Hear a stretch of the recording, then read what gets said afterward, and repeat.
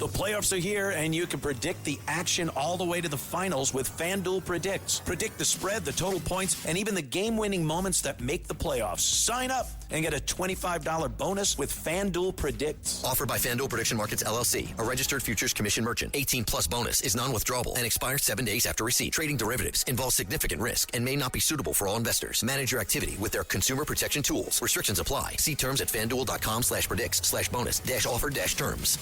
Listen, all you New Yorkers. Taxi. Okay, man, we're looking around. This is the 77 WABC minicast. Sunday morning. Well, we got a parade on Fifth Avenue, and it's the Greek Independence Day Parade. And, well, hopefully the sun is shining and for the whole day. And with us today is Louis Katsos, the chairman of the parade. And, Lou, I mean, the Greeks usually, the sun shines upon them. What's going on today? Well, today we're parading and celebrating the 205th anniversary of the start of the Greek independence and the war against the Ottoman Empire for liberty. And also this particular year, John, because it's a very special year, it's also the 250th anniversary of the Declaration of Independence. So in this particular year, we're linking up the two nations, and it's the logo is really 205-250, and it has to do with the linkage of these two nations over a period of time from the American Revolution, which was affected by classical Greece and all the writings that they had in terms of liberty and democracy and all the rest of that. And then... so what you're saying is that the American Revolution had an effect on the Greek Revolution to win their freedom from the Ottoman Empire. Yeah, I'm saying both. I'm saying that the Greece itself had an effect on the American Revolution to begin with in 1776. Oh, tell us that. Yes. Don't forget, all the presidents, the founding father, etc., of the United States of America in the early days, they were all educated in classical Greek. They spoke the Greek language. They actually went to school. You couldn't go to college in those particular days unless you knew Greek and Latin. So the effects of the ancient writings affected the American Revolution in terms of concepts of democracy and liberty and all the rest of that. So that's important. But then at the same time, 2 generations later, when the Greek Revolution broke out, the Americans felt an affinity to the Greeks because like the American Revolution, where they fought against an empire, and this time it was the English Empire, in the particular case of the Greeks, they were fighting against the Ottoman Empire, and there was a tremendous linkage in America with that, and that was a part of American history, which was called the Greek fever period in the 1820s of American history. Thousands of people were involved, raising money, etc., and some Americans actually went to fight in Greece. One of them, the first one who went, in fact, was George Jarvis, who was from New York. He fought and he died in Greece, and it was also a relative of George Washington who fought in Greece, died in Greece, and is buried in Greece. Wow. I mean, I bet you a lot of the American people are hearing this for the first time. So there's going to be a big parade, and this parade has been going on for how long, the Greek Independence Day? It's been going on since 1938, but in reality, the Greek Independence Day parade, which originally was down Broadway, where they went to City Hall and they raised the Greek flag, was from 1893. And what time does it start on Sunday? It starts at 1:30 down Fifth Avenue. Down Fifth Avenue? Up Fifth Avenue? Excuse me, up Fifth Avenue. Up Fifth Avenue. Up and Fifth it starts around where the Pierre Hotel is, I understand. That is correct. We're starting at the Pierre Hotel. And it's going up to about, what, 79th Street? 79th Street, yes. So it's going to be a Greek Independence Day parade. A lot of bands, a lot of floats. A lot of bands, a lot of floats. There's 100 different contingents that are they're marching. As a matter of fact, your group from WABC will be there and towards the front of the parade, actually, behind the F zones. So it'll be a great occasion, and a lot of people are coming from Greece with their traditional outfits. So it's going to be a very exciting event.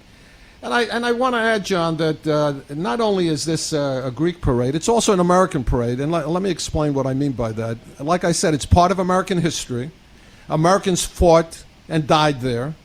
And at the same time, the Greek Revolution affected the American abolitionist movement as well as the women's suffrage movement, because when the revolution took place, a lot of people were involved. They were using the rhetoric to free the Greeks from the Ottoman Empire. And that same rhetoric was used after the Greek Revolution by some of the people who actually fought in Greece, who came back to the U.S. That same rhetoric was used to the freeing of the slaves. As a matter of fact, both black abolitionists and white abolitionists used the same rhetoric that was used for the Greek Revolution for the abolitionist movement. So now you're taking us from American Revolution 1776 to the Greek independence 1821. Yes. To the abolitionist So the abolitionist movement, even and in the Civil War, John, there were Greeks who fought, who actually were Greek, in some cases, orphans, who came to the United States during the Greek Revolution, came to the U.S. and actually fought for the U.S. Within the Navy, for example, and even scholars were here that were physicians, etc., for the North. Okay, so they came here and actually fought for the United States in the American Civil War. Wow.